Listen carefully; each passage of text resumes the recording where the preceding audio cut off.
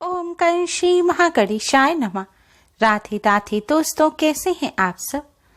दोस्तों, अश्विन मास की कृष्ण पक्ष की एकादशी को इंद्रा एकादशी के नाम से जाना जाता है। इस बार यह एकादशी 2 अक्टूबर दिन शनिवार को है।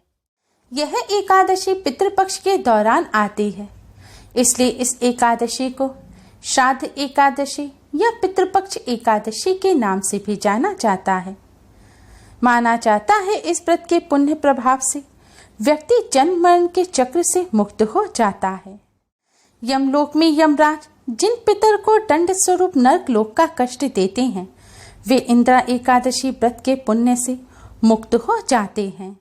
इस एकादशी का व्रत रखकर इसके पुण्य को पितरों को देना चाहिए।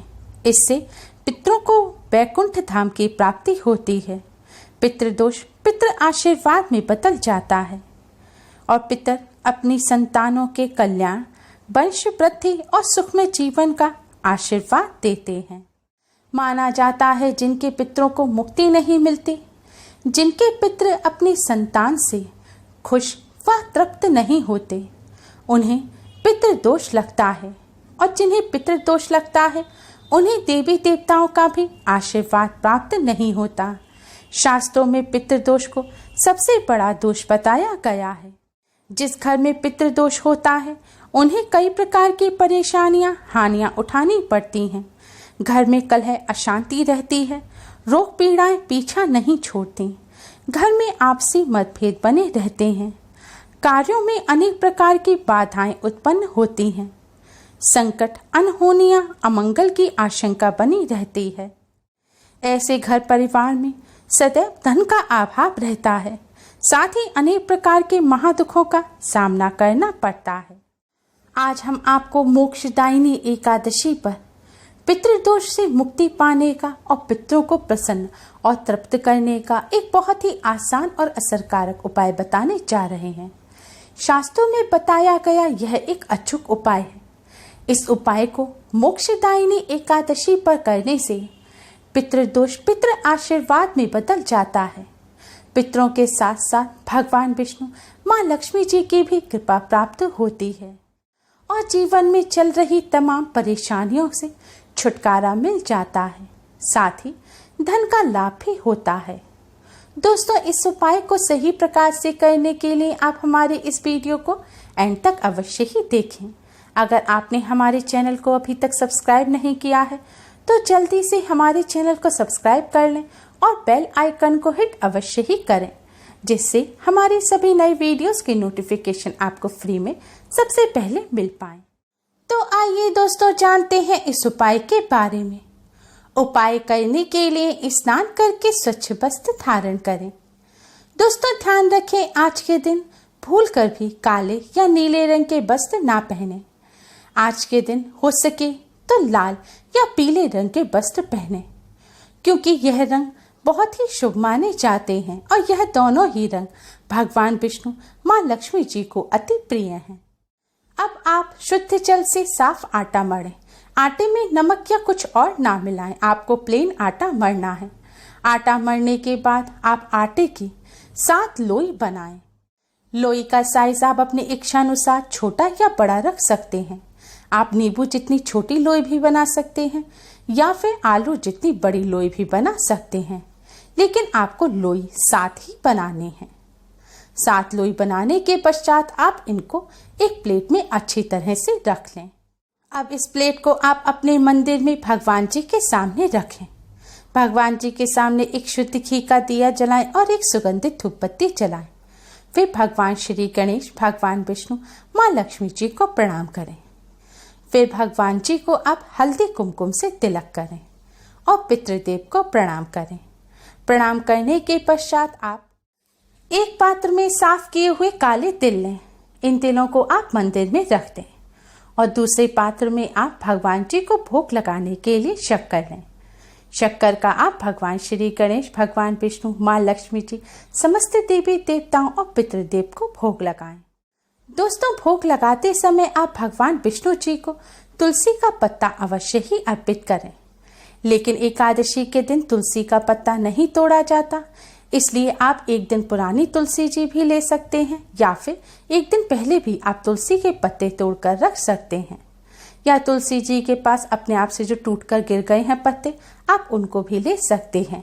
लेकिन भगवान विष्णु जी को भोग लगाते समय तुलसी का पत्ता अवश्य ही रखें, क्योंकि बिना तुलसी पत्र के भगवान विष्णु जी भोग को स्वीकार नहीं करते। भोग लगाने के पश्चात आप भगवान विष्णु जी के इस मंत्र का 108 बार जाप करें। मंत्र इस प्रकार है: ओम नमो भगवते वासुदेवाय, ओम नमो भगवते वासुदेवाय। भगवान विष्णु जी के मंत्र का जाप करने के पश्चात आप पितृदेव के मंत्र का जाप करें। पितृदेव का मंत्र इस प्रकार है: ओम पितृदेवताय नमः, ओम पितृदेवताय नमः। इस मंत्र का भी आपको 108 बार जाप करना है। इस तरह पूजन करने के पश्चात आप भगवान श्री गणेश, भगवान विष्णु, माँ लक्ष्मी जी को प्रणाम करें। फिर आप भगवान विष्णु जी से अपने पितरों की मुक्ति और मोक्ष के लिए प्रार्थना करें। दोस्तों, शास्त्रों में भगवान विष्णु, माँ लक्ष्मी जी को ही पितृदेव बताया गया है, इसलिए पितरों की मुक्ति के लिए भगवान विष्णु, माँ लक्ष्मी जी का पूजन अवश्य ही करना चाहिए। आज के दिन आप भगवान विष्णु जी से अपने पितरों द्वारा किए गए जाने अनजाने में सभी गलतियों की क्षमा प्रार्थना करें। पितरों की आत्मा की शांति और तृप्ति की भी प्रार्थना करें। इसके बाद आप पितरों को प्रणाम करें। पितरों से अपने और अपने परिवार द्वारा जाने अनजाने में की गई सभी गलतियों की क्षमा मांगें और पितृदोष से मुक्ति की प्रार्थना करें। भगवान विष्णु, माँ लक्ष्मी जी, पितृदेव से सभी कष्टों और संकटों को दूर करने की प्रार्थना करें। प्रार्थना करने के बाद आपने भगवान जी को जिस शक्कर का भोग लगाया है उस सारी शक्कर को आप सातों आटे की लोइयों पर लगा दें। शक्कर लगाने के बाद सभी आटे की लोइयों पर आप थोड़े थोड़े काले तिल लगा दें। दोस्तों, ध्यान रखें, आपको इतनी ही शक्कर और काले तिल का भोग लगाना है जितने की सारी लोइयों पर लग जाए। तिल और चीनी आपको बचानी नहीं है। तिल और शक्कर लोइयों पर लगाने के बाद आपने भगवान जी को जिस तुलसी दल का भोग लगाया है उसे भी आप एक लोई पर रख दें। अब आप यह सभी लोई लेकर गौ माता के पास जाएं, गौ माता को प्रणाम करें और गौ माता को यह लोइयां खिला दें। दोस्तों, देवी देवताओं का आशीर्वाद प्राप्त करने के लिए, पितरों को तृप्त और मुक्त करने के लिए, पितृदोष से मुक्ति पाने के लिए, पितरों का आशीर्वाद प्राप्त करने के लिए पंचबलि का विधान बताया गया है। पंचबलि यानी कि गौ माता, स्वान, कौवे, चींटियां और देवताओं को भोजन कराना, क्योंकि यह पांचों अलग अलग तत्व के प्रतीक हैं, लेकिन शास्त्रों में इनमें सबसे श्रेष्ठ गौ माता बताई गई हैं। गौ माता पंच तत्वों की प्रतीक हैं। गौ माता में समस्त देवी देवताओं का वास होता है। गौ माता को माँ लक्ष्मी का ही स्वरूप माना जाता है। गौ माता में 33 कोटि देवी देवताओं का वास होता है। गौ माता को भोजन कराने से, गौ माता की सेवा करने से समस्त 33 कोटि देवी देवताओं का आशीर्वाद प्राप्त होता है। गरुड़ पुराण और भागवत पुराण के अनुसार जब मनुष्य मृत्यु के पश्चात नरक लोक में बैतरणी नदी में फंस जाता है, तब गौ माता की कृपा से गौ माता की पूंछ पकड़कर ही बैतरणी नदी से बाहर निकल पाता है। इसलिए पितरों को प्रसन्न करने के लिए और पितृदोष से मुक्ति पाने के लिए गौ माता की सेवा अवश्य करनी चाहिए। गौ माता को भोजन कराने से ब्राह्मण को भोजन कराने के बराबर पुण्य फल की भी प्राप्ति होती है। गौ माता को इस प्रकार से आटे की 7 लोइयां खिलाने से, गौ माता की कृपा से, भगवान विष्णु, माँ लक्ष्मी जी की कृपा से 7 पीढ़ियों तक के पितरों को मुक्ति मिल जाती है और पितृदोष पितृ आशीर्वाद में बदल जाता है। गरुड़ पुराण में बताया गया है कि भगवान विष्णु जी को अर्पित किया हुआ तुलसी दल पितरों के नाम से गौ माता को खिलाने से पितृगण प्रसन्न होते हैं। पितृगण गरुड़ पर सवार होकर विष्णु लोक को चले जाते हैं। इस तरह गौ माता को तुलसी दल खिलाने से पितृ प्रलय काल तक संतुष्ट रहते हैं। इसलिए दोस्तों, आप भी भगवान विष्णु, माँ लक्ष्मी जी और पितृदेव का आशीर्वाद प्राप्त करने के लिए, पितरों की आत्मा की शांति, मुक्ति और तृप्ति के लिए और पितृदोष से मुक्ति पाने के लिए इस उपाय को अवश्य ही करें। दोस्तों, गौ माता को भोजन कराते समय इस बात का ध्यान रखें कि सबसे पहले आपको गौ माता को वह लोई खिलानी है जिस पर तुलसी दल है। उसके बाद आप सारी लोइयां गौ माता को खिला दें। गौ माता को भोजन कराते समय आप जूते चप्पल ना पहने। गौ माता को अपने हाथ से ही भोजन कराएं।